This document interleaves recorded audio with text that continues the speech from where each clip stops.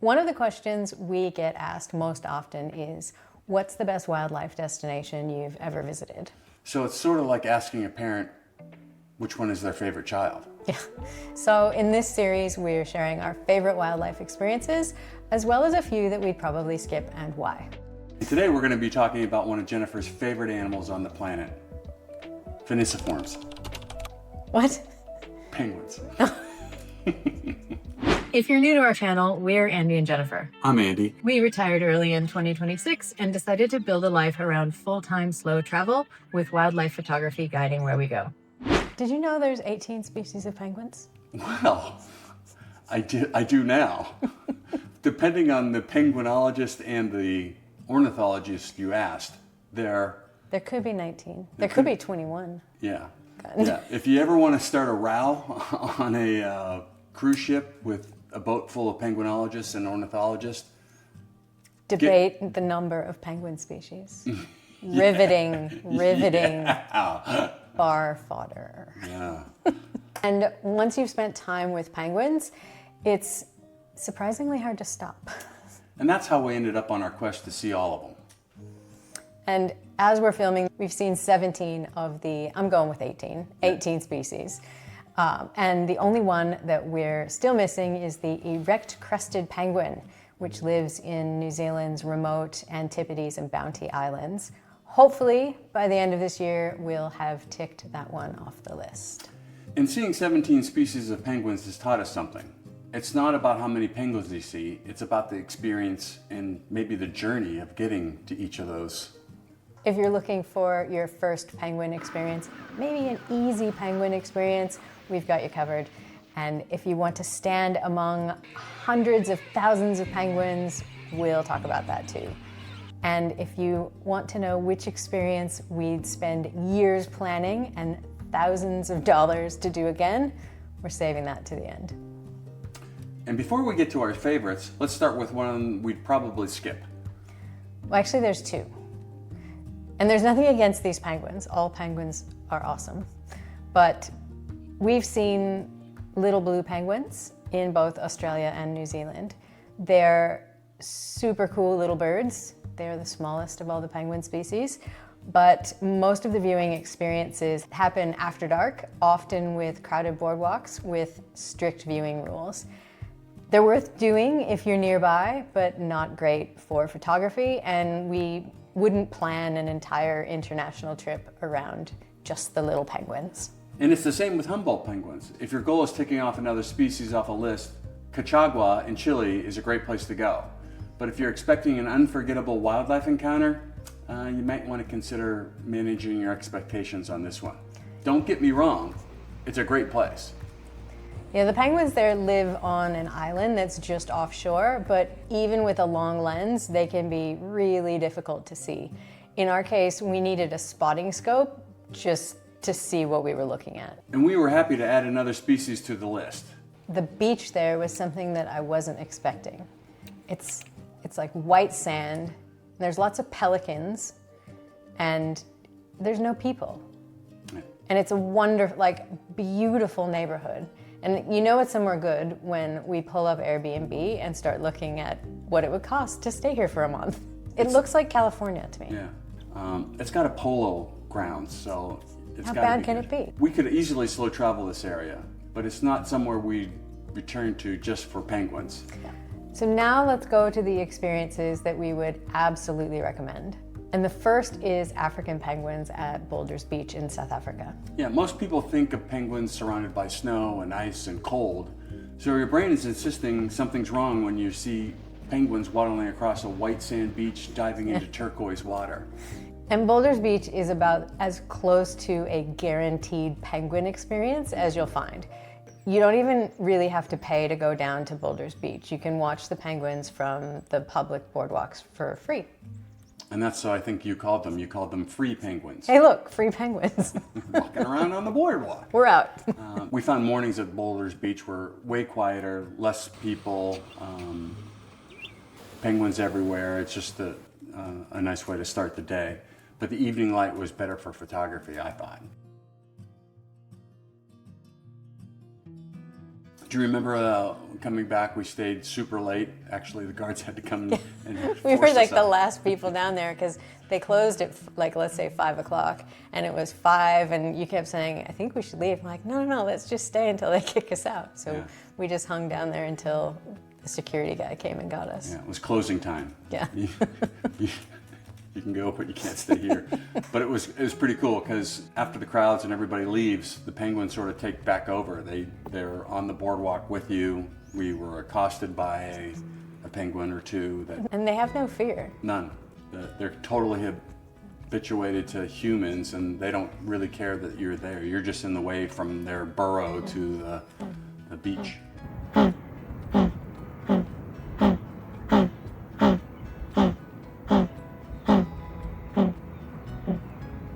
Depending on the time of year, you might see fluffy chicks, which we did, or you might see penguins doing things that remind you exactly how other penguins are made.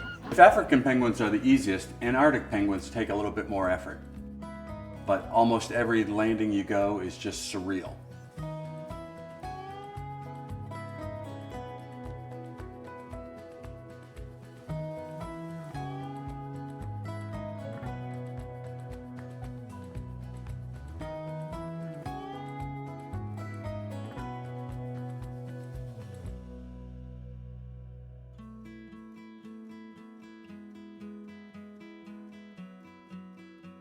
One of my favorite memories was the Gentoo penguins at Danko Island. It was snowing sideways, and the snowflakes were so big that they kept confusing the autofocus on my camera. And the expedition team goes ahead and kind of marks a trail with flags. So we were following the trail, but every few steps I'd sink into like thigh-deep snow, and it took a lot of effort just to, get my leg back out. I remember that. I filled all those holes in. It's important that you fill the holes in, you sink through, that you don't leave a big hole that a penguin could fall into and cannot get back out. So, And the highways kind of run from their nests, which are up on the hillsides, down to the ocean where they have to go for food. penguins have the right of way every time. Sometimes we find ourselves standing in the snow waiting for penguin traffic to clear. There's worse things. Yeah. One of my favorite things was just watching them go about their day. No crowds, no fences, just penguins doing penguin things.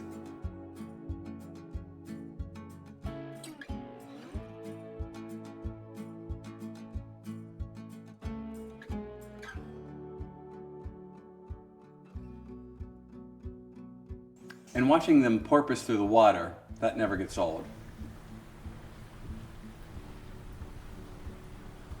But if you want truly massive colonies, you need to go a little north to South Georgia, which honestly feels like walking into a David Attenborough documentary. You really have to experience.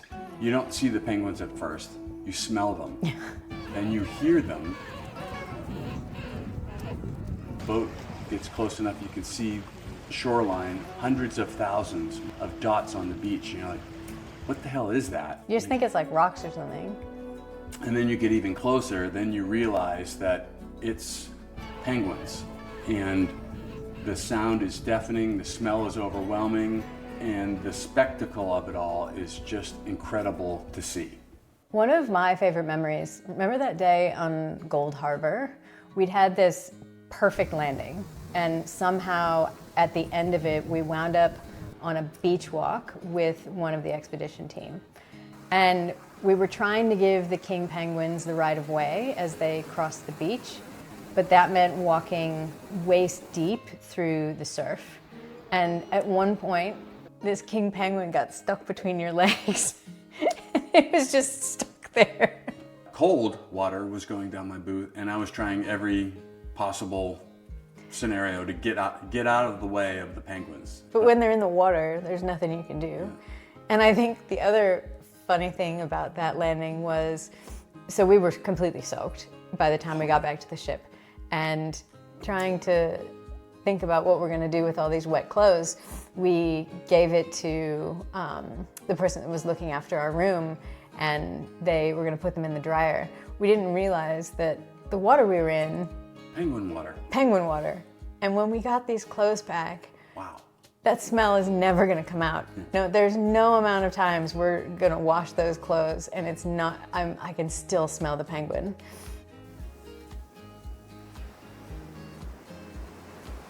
I mean, we've been to South Georgia twice. Do you think we'll go back? Oh, we'd go back, for sure. No, We should we want to, Yeah. but will we? comment below. No, I think if we do, I want to find a ship that just goes to South Georgia. And there are a few, not many, and they go a little earlier in the season, but just having more time. And I think there's some that are more focused for photographers, so they time the landings so that you can have the better light rather than kind of the middle of the day. Yeah. And then there's Macquarie Island. If you want to see royal penguins, there's only one place. Yeah, and there's fewer than 1,000 people visit Macquarie Island each year. It's technically part of Tasmania, and after 2.5 days at sea, it feels like it's another planet. And even if you reach it, the weather still gets the final say on whether you're allowed to land.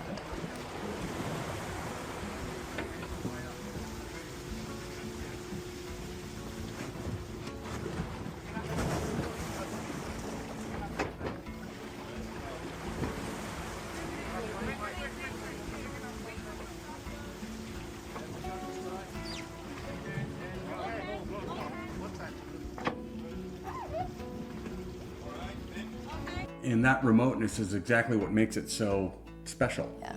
Right? Our first landing was at the Isthmus where we saw kings, gentoos, and royals all in the same place, all on the same beach. It was crazy. It's the first time we've ever seen a royal penguin as well. Pretty cool. I think what stayed with me most wasn't the numbers, it was how curious they were.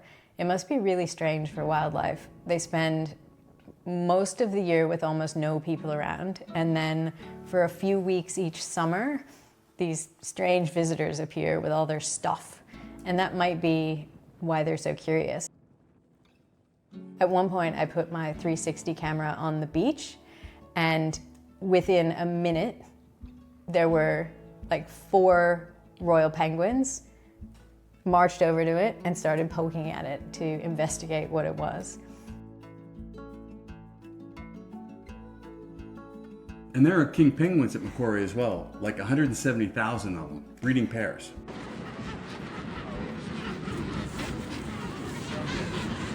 And finally, the #1 place for penguins, for us anyway, Yep. Snow Hill. We booked this trip 2 years in advance, and it cost a small fortune. For the sake of full transparency, our expedition was about 25,000 US per person, which just sounds bonkers to say out loud. Yeah, and there's less expensive options out there. Yeah. But That ship doesn't have stabilizers. yeah, and crossing the Drake without stabilizers is a bit risky. There's that. And that's how we wound up on the Quark Ultramarine. And to be fair, there's also much more expensive ways to visit Snow Hill.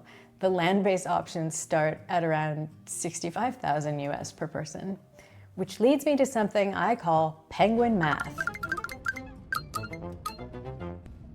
By going with Quark, we saved $50,000. I don't think that's how savings work. So we booked this ridiculously expensive trip 2 years in advance. We crossed the Drake, and when we finally arrived, the sea ice blocked the access to the colony. I remember when they made the announcement at the nightly recap, and I remember looking at you and just being like almost close to tears. We were prepared for the possibility of coming all this way and not being able to reach Snow Hill, but I was still just absolutely gutted.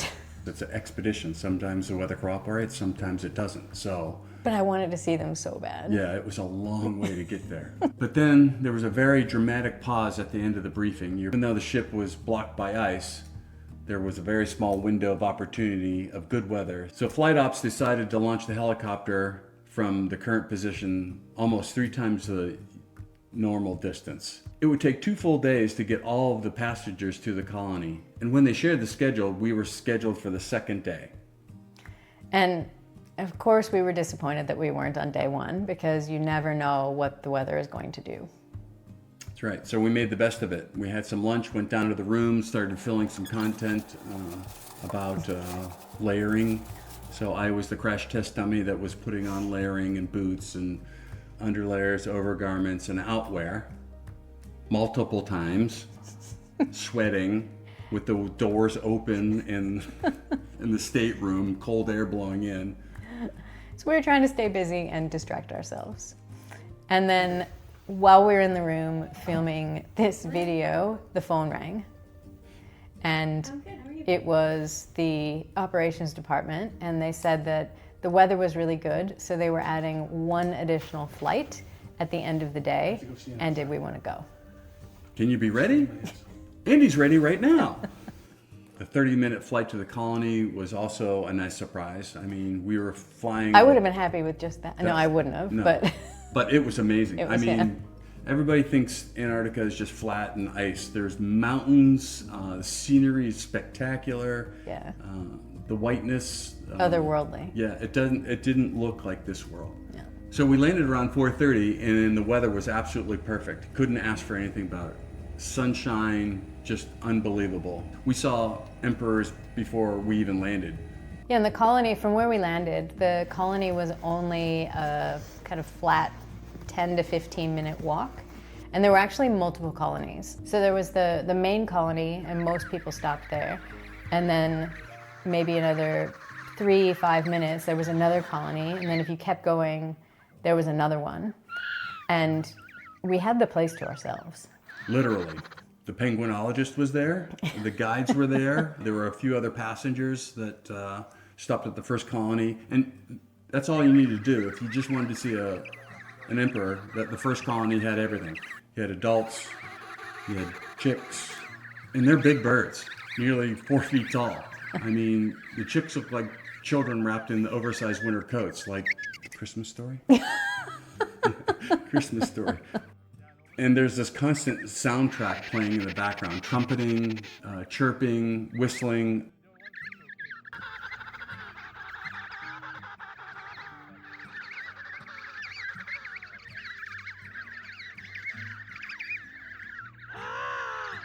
Over the quiet stillness of Antarctica ice.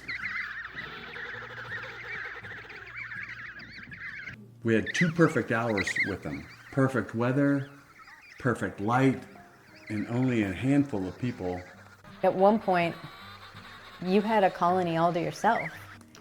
Yeah, me and the penguinologist. Yeah. I was down there shooting away. Really great stuff. I had ice boulders behind a set of chicks. Yeah, even the landscape looked like the whole thing. If I hadn't seen it with my own eyes, believe it was real. much like Fireweed Island, you would think that it was AI created images. Yeah. And even now, looking back, I still can't believe that we made it. On our trip to Macquarie Island, we attended a lecture from Dr. Bergman. We got his book too. Jennifer got it signed as well. This guy spent years traveling the world to see all 18 penguin species. We talked to him while we were on the boat, and talked to his wife Susan. Thank you, Susan. And they've sort of coined the phrase penguin glow. And at first we thought it sounded a little cheesy, but then we realized that we'd been feeling it after almost every penguin encounter we've ever had. And there's just something about penguins that leaves you smiling every single time. It's true. When we started our quest for all 18 penguin species, we thought about, completing a checklist. But somewhere along the way, it stopped being about the checklist, and it started being about more of the experience. And when they say penguin glow, and you mentioned it earlier, it's just every time you see one, you can't help not smiling. You can't say penguin without smiling. Thanks for watching. If you've had an unforgettable penguin encounter anywhere in the world, we'd love to hear about it in the comments so we can add it to our list. And this is just one episode of the Best of Wildlife Experience series that we're producing. Over the next few weeks, we're going to be doing more of these about whales, primates, and other fun things that we've encountered along the way. And if this sounds like something you're interested in, hit that like and subscribe button. And until then, happy travels.